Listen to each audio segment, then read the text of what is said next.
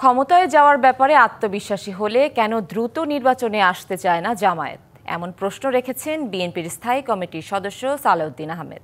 আর বিগত সরকারের চালানো লুটপাটের অর্থ দিয়ে ১০০টি পদ্মা সেতু বানানো যেত বলে মন্তব্য করেছেন দলটির আরেক নেতা মঈন খান।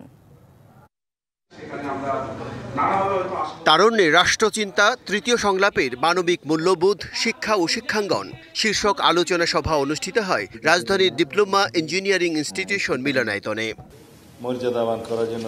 আলোচনায় অংশ নিয়ে জামায়াত ক্ষমতায় যাবে আর বিএনপি বিরোধী দলে থাকবে। জামায়াত নেতাদের এমন বক্তব্যের জবাবে বিএনপির স্থায়ী কমিটির সদস্য সালাউদ্দিন আহমেদ দলটিকে নির্বাচনে আসার আহ্বান জানান।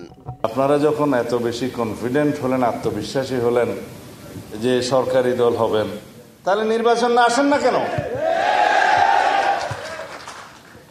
আজকে এই বাহানা, কালকে এই বাহানা, পরশু এই বাহানা দিয়ে নির্বাচনকে বাধাগ্রস্ত করতে চাচ্ছেন কেন? সানশাইন আটা ময়দা সুজি, ভালোবাসায় তৈরি। উদ্দেশ্য কি সেটা তো আমরা জানি, আরো একটু কিছুদিন পরে বলবো। আলোচনায় এনসিপি নেতা হাসনাত আব্দুল্লাহ গণমাধ্যমকে বস্তুনিষ্ঠ তথ্য তুলে ধরার আহ্বান জানান। আমরা মিডিয়া বিমুখ না, আমরা মিডিয়া বিরোধী না, কিন্তু আমরা বারবার যেটা বলে এসেছি, মিডিয়াকে বস্তুনিষ্ঠ হতে হবে। আমরা দেখেছি যেই মিডিয়া ফেসিবাদের প্রত্যেকটা কার্যক্রমকে বৈধতা দিয়েছে। এদিকে জাতীয় প্রেস ক্লাবে জাতীয়তাবাদী ব্যাংক বিমা পেশাজীবী পরিষদের আলোচনা সভায় ফেসিবাদী সরকারের লুটপাট ও দুর্নীতি নিয়ে কথা বলেন বিএনপির স্থায়ী কমিটির সদস্য ডক্টর আব্দুল মঈন খান।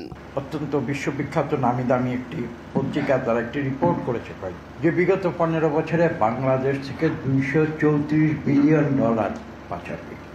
এবং আপনারা শুনলে অবাক হয়ে যাবেন, বিলেতের যে করেসপন্ডেন্ট, তিনি সাংবাদিক, তিনি কিন্তু এই পাচারের ব্যাপারে শুধু বাংলাদেশকে দোষী করেননি, বিলাতকেও দোষী করেন। দুর্নীতির মূলোৎপাটন করতে না পারলে কোনো সংস্কারই কাজে আসবে না বলেও মন্তব্য করেন এই বিএনপি নেতা। Bijan Kumar Das, DBC news, Dhaka.